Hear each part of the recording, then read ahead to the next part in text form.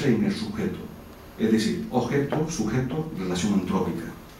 Manrique encuentra en ese magma volcánico, cerca, en Taíche, en el llamado Tado de Taíche, cerca de Sonsamas, donde antes el yacimiento que cité, localiza casualmente 5 burbujas volcánicas en la erupción volcánica del siglo XVIII solidificadas por los gases del tiempo.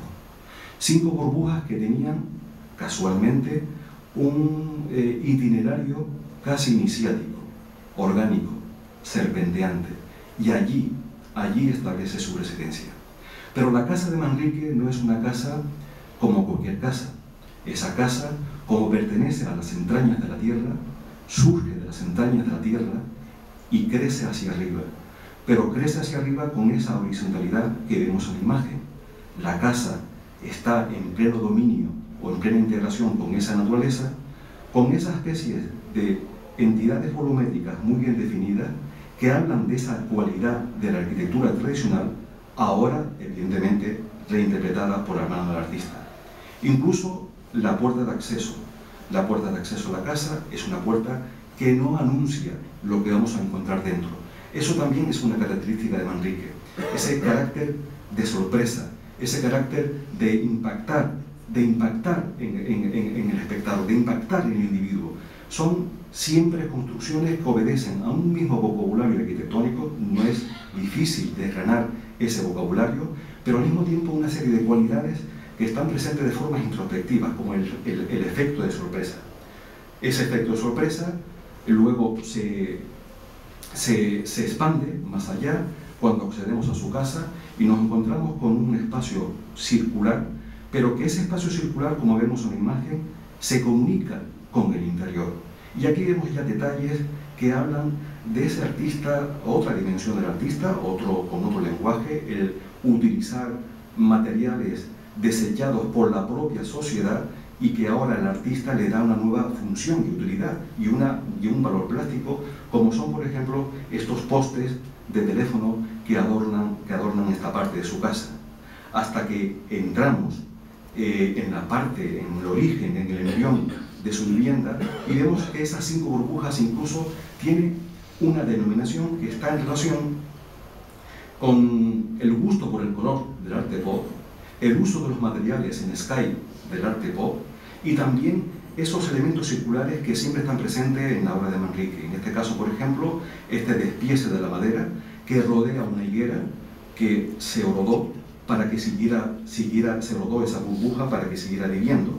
La de la burbuja roja, pasamos a la burbuja blanca en iguales términos, hasta con burbujas abiertas donde la presencia del agua, de lo curvilíneo, de lo orgánico, de lo sensual y de la flora, junto con el hormigón pusonámico como material de novedad, va a ser característico en la obra de Manrique.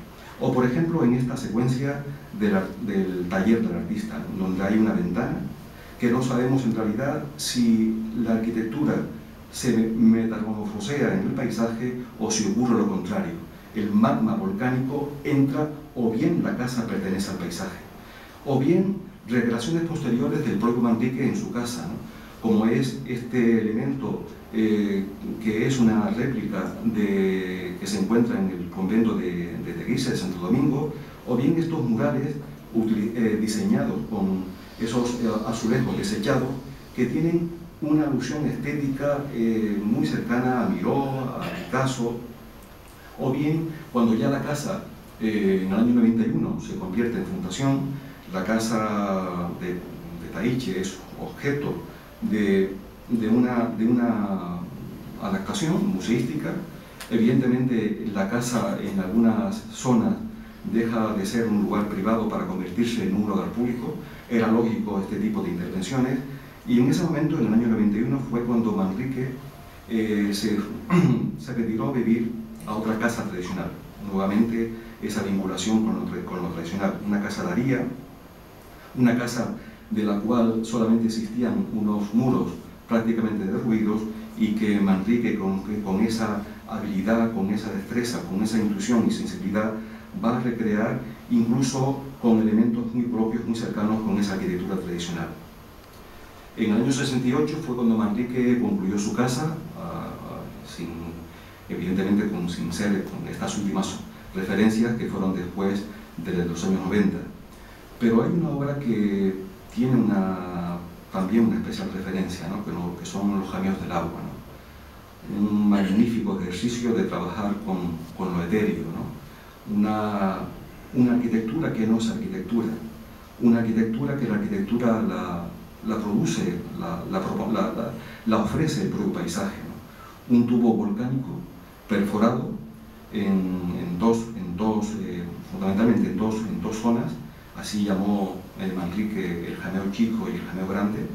Un jameo, que es el que vemos, cercano al mar, que se alimenta del mar, donde vive esos cangrejos ciegos únicos en el mundo, pero ya vemos en este zigzagueo de inicio, otra vez, de nuevo, el espectador se introduce en las entrañas de la tierra, es decir, desciende hacia el inferior, como ocurría en su casa, y aquí vemos cómo las escaleras detienen el acercamiento del espectador al motivo principal, que son los jameos. Hay también una labor del ejercicio de Manrique que hay que destacar en esta obra, que son los diseños de madera, diseños de bancos, diseños de mesas, despieces de maderas, y al mismo tiempo ese contraste que siempre le aplicó a ese paisaje negruzco, ese paisaje lábico, ¿no? El contraste con ese hormigón puzulánico. Vean, por ejemplo, también en este hueco una lona de Trevira, que va a utilizar a partir de este ejemplo en otros ejemplos posteriores, y tiene un punto de culminación cuando él utiliza esa lona con otras referencias energéticas en el centro de la Aguada de Madrid. O, por ejemplo, está en la imagen opuesta otros diseños orgánicos de mesas, sillas, sky, que están producidos por esa relación con el mundo del pop. Y esa relación que antes señalaba, por ejemplo, entre Roberto William Marsh y Manrique, se ve perfectamente aquí en esta distinción de pavimentos con este hormigón blanco, hormigón puzulánico, como dije antes, y ese tratamiento sinuoso, empedrado, donde la flor tiene una clara presencia, donde las piscinas incluso se adaptan a la condición del terreno, o por ejemplo también con esas escaleras despesadas en forma helicoidal, como se va a repetir en gran parte de su obra. O también en el mismo jameo, un gesto audaz, porque Manrique también era muy audaz, no solamente en el sentido de entender la vida, sino también su arte, ¿no? Y creo que hay dos obras de gran riesgo desde el punto de vista arquitectónico y de gran riesgo desde el punto de vista de su función. Una de ellas es el auditorio de los jameos, un auditorio donde aprovecha el sentido de la acústica de la naturaleza, un auditorio donde incluso integra algunas esculturas muy relacionadas con el arte pop. Aquí no se ve en la imagen, ya veremos una después, con el arte de Giacometti, con el arte de Calder, unas referencias que están presentes en gran parte de su obra, como ocurre, por ejemplo, yo creo que en la obra más arquitectónica de Manrique. Una obra que es necesario señalar que la obra de Manrique es una obra también de integración, pero una obra de colaboración. No podemos olvidar lo que él llamaba la cuadrilla de albañiles, entre ellos Luis Morales, y también arquitectos que tuvieron una proximidad con Manrique.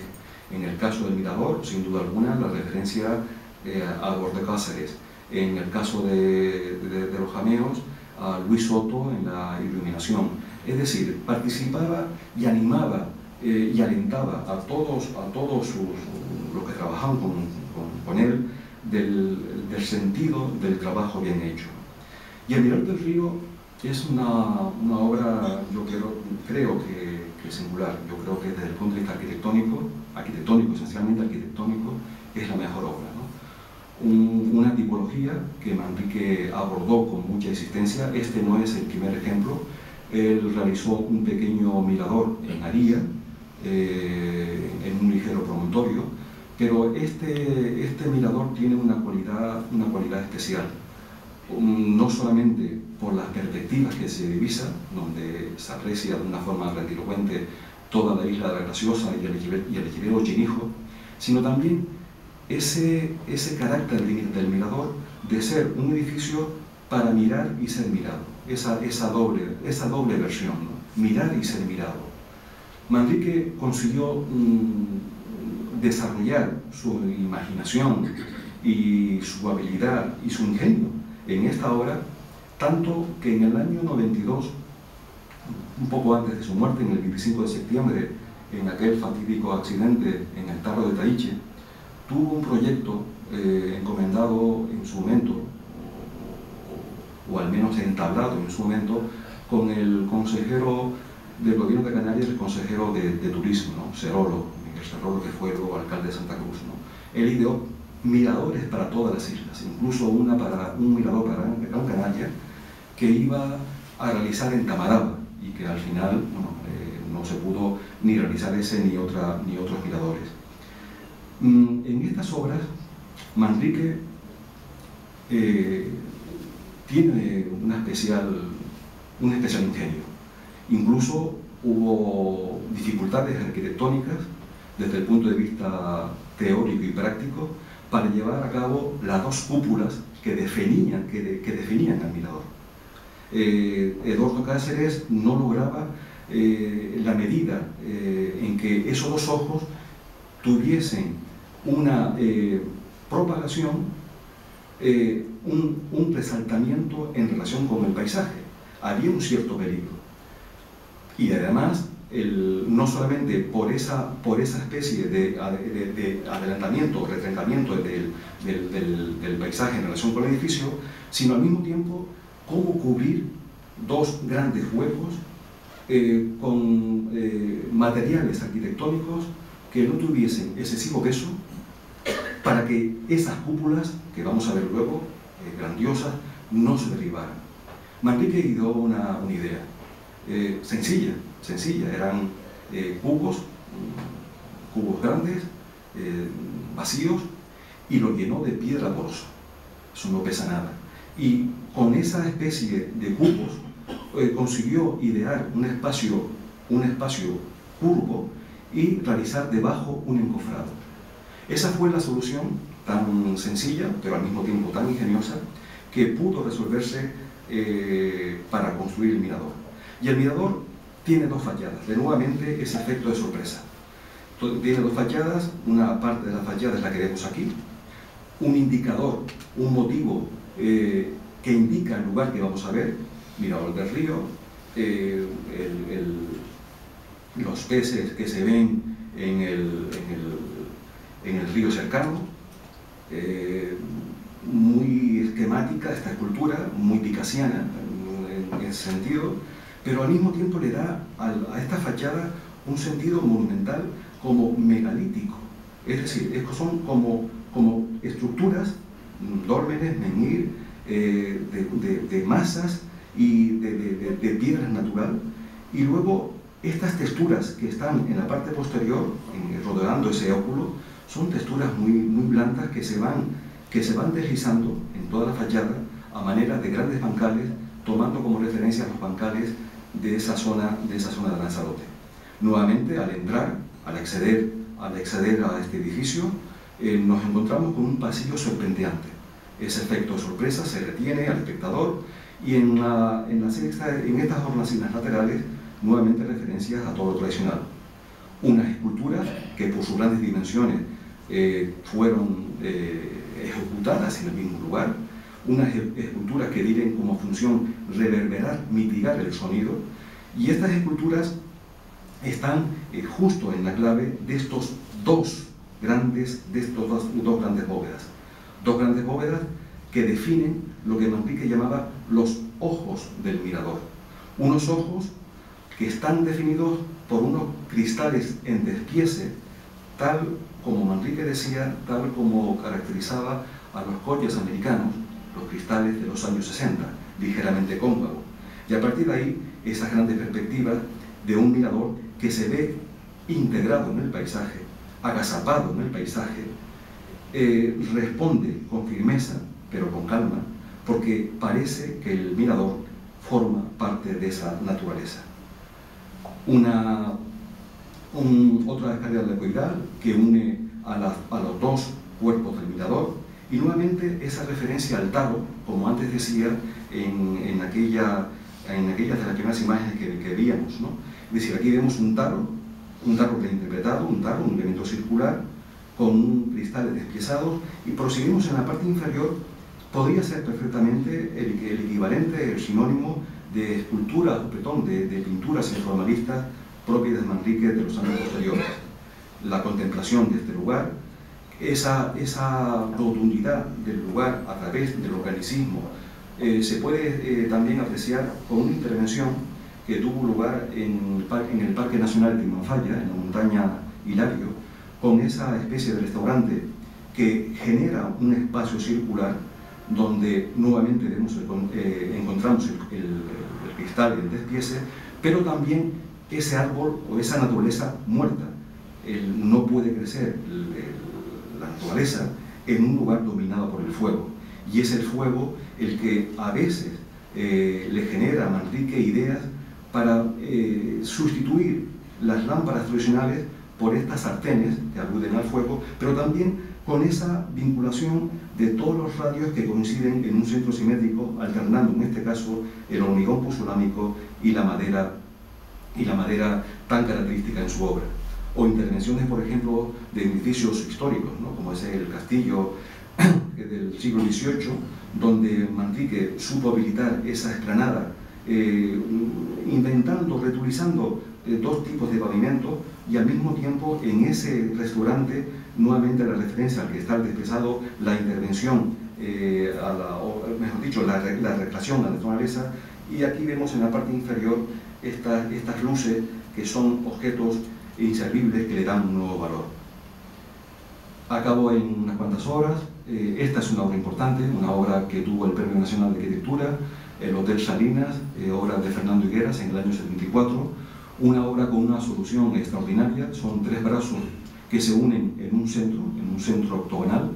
Era una obra utilizada, ejecutada en hormigón visto, desde el punto de vista de la terminología arquitectónica es el brutalismo, pero que Manrique le va a naturalizar con la introducción de naturalezas que están presentes tanto en las terrazas de las habitaciones como en la piscina, e incluso mucho más en el interior, ¿no?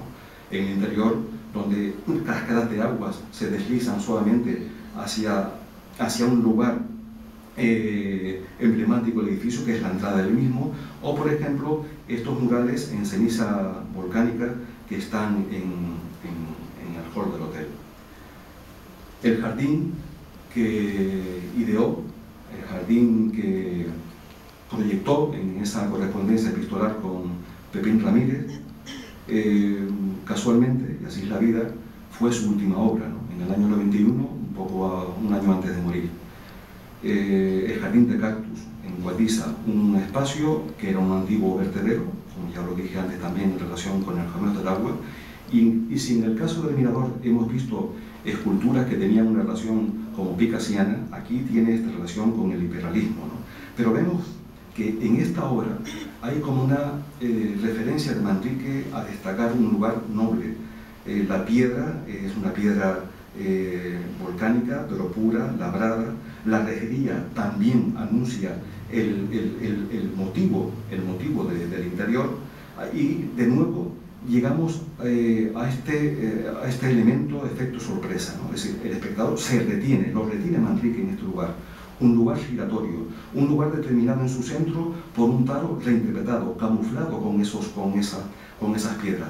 Y llegamos después de si atravesamos ese espacio, vemos ese magnífico lugar, un magnífico lugar dominado por bancales sucesivos, al igual que la fachada del mirador, y luego nuevamente esa distinción del pavimento en texturas variables, un jardín que también cumple la función de un jardín aleccionador.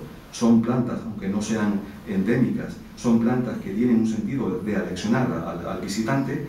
Estas esculturas que fueron esculturas encontradas no son labradas por Manrique. En el momento en que se limpiaba ese espacio, Manrique detenía a sus obreros para decir, basta, hasta aquí. Esto tiene una semejanza, decía él, por ejemplo, la cultura de la derecha con Henry Moore. O por ejemplo, cuando él percibía cómo el agua caía sobre una piedra, estaba horas y horas en ese ejercicio de detener el sonido para llegar a lo que él pretendía con su obra, que no era otra cosa sino en este caso también emocional. O por ejemplo, este molino que se encuentra en la parte superior, un molino en desuso que él pone en uso, o las lonas de Treviras que hemos visto antes en los Jameos del Agua, que también la utiliza en este jardín de cactus. O ese juego, ¿no? Porque no hay que olvidar a ese Manrique lúdico, ese Manrique que tenía un sentido lúdico de la vida, el juego, el azar, la vida como divertimento y también la vida como ejercicio maravillosa para ser vivida, ¿no? Manrique era una persona que no tenía gran sentido del humor, pero tenía un gran sentido por la vida. Y en este caso es el juego de un taro, aquí lo ven, un taro con esa referencia a lo tradicional, pero desde el taro sale una escultura cinética, una escultura moderna. O por ejemplo, en este mismo lugar, esas referencias a lo helicoidal, o también esta escultura que son boyas de mar que le dan un sentido como moléculas de vida que recaen en una superficie acuática. Un Manrique artista, un Manrique que no debemos olvidar por su mensaje, por su legado, que vivió de una manera vinculada con la naturaleza y quiso ser enterrado de una forma sencilla, vinculada también a su paisaje, a Lanzarote, porque en definitiva lo sabio y lo digno está en lo sencillo, y Manrique lo fue. Gracias a todos.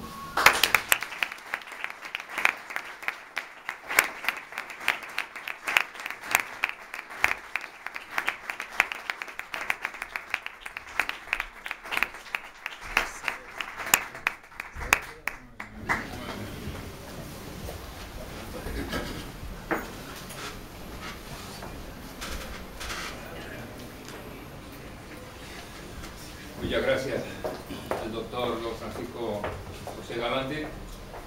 Y a continuación tiene la palabra el señor vicesecretario de la Junta de Gobierno de esta Real Sociedad para dar lectura al acta de concesión de los premios Gran Canaria en su edición 2012.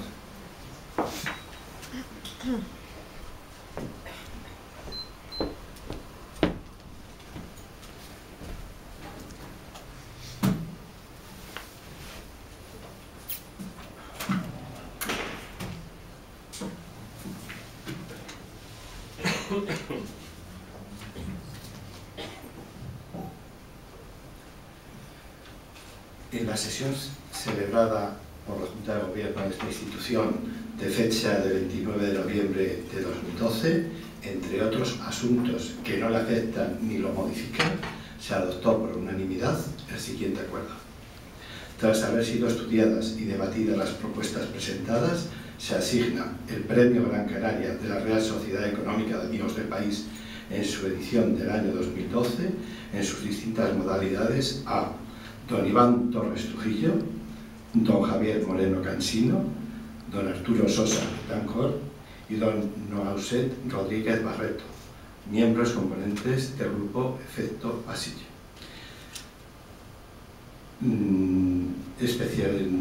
Dedicado a la música y en especialidad de pop rock. Don David Fernández Sainz Rojas en cine, especialidad guión, dirección. Y a doña Laura Vega en música, especialidad composición. Todos ellos por los méritos contraídos y demostrados al día de la fecha, con el deseo de que este reconocimiento sepan aceptarlo también como estímulo a la labor emprendida. Las Palmas de Gran Canaria, el 21 de diciembre de 2012. Muy bien, muchas gracias. A continuación sigue con los currículos de los Efectivamente. Premio de Gran Canaria de la Real Sociedad Económica de Amigos del País de Gran Canaria, 2012. de música especialidad pop rock, a Iván Torres Trujillo, nacido en 1982, estudia en el CEIP Europa de Ginama y es diplomado en Magisterio de la Educación Musical por la Universidad de Las Palmas de Gran Canaria. Javier Moreno Cansino, también nacido en 1982, estudia en el CEIP Claret de Las Palmas de Gran Canaria y es licenciado en Económicas por la Universidad de Las Palmas de Gran Canaria. Arturo Sosa Betancor, nacido igualmente en 1982, estudia en el IES de la Isleta de Las Palmas de Gran Canaria. Naucet Rodríguez Barreto, nacido en 1981, estudia en el Politécnico de Las Palmas. Todos ellos, componentes del grupo Efecto, se reunieron musicalmente hablando por primera vez en abril de 2007. En 2010 editan su primer disco con título homónimo al de su grupo, Efecto Pasillo, y del que se extraen 3 singles: Chacho, Chocolate y Vainilla y Un poco más de ti. Teloneros del grupo Hombres G en su gira del año 2010 por toda España, fueron número 1 en los 40 principales y otras diversas radios nacionales, y en la actualidad sonando en las emisoras de todo el país con 2 singles, los últimos, Pan y Mantequilla y No importa que llueva. Figuran en el top 10 de ventas digitales y en el top 5 del Spotify.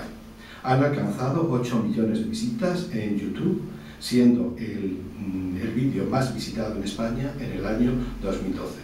Su próximo disco, El misterioso caso de puntos suspensivos, sale a la venta el 5 de febrero de 2013. Y en este año 2013, que va a dar comienzo, tienen programada una gira con más de 50 conciertos por toda España y Latinoamérica. Permítanme que por el tratamiento de las personas y el carácter de su especialidad les lea una reflexión de uno de sus componentes, Iván, que refleja con precisión cuál es la fuente de inspiración de sus letras y de su música. Lo digo por los títulos que han oído, se los quiero explicar. Dice Iván: cada cierto tiempo me separo del micro y recuerdo que estoy grabando una canción preciosa. Rescato momentos en los que estábamos componiéndola en algún parque donde ojos extraños no advertían nunca dónde iban a terminar aquellas ideas. Con una llamada de teléfono al móvil de mi cerebro me remitió al verano de mis 14 años. Me remitió a mi familia, a mis amigos, a las mujeres de mi vida. Paseé por Arguineguín en los 90 y volví a jugar a las chapas en el portal de mi casa con el vecino de enfrente. Mi vida tan larga y tan breve es emocionante, me gusta muchísimo. Y desde allí, desde aquel portal y desde aquellas playas, desde el sillón donde veía la novela con mamá y el fútbol con papá, desde el patio del instituto y el aula de estudio de la facultad, desde mi primer coche y mi primer paseo con mi primera viva. Desde allí me vi en el estudio grabando y pensé que precisamente ese era mi destino. Recibe el premio Gran Canaria de la Real Sociedad Económica de Amigos del País 2012 de música especialidad por rock, don Jorge Rodríguez, manager del grupo.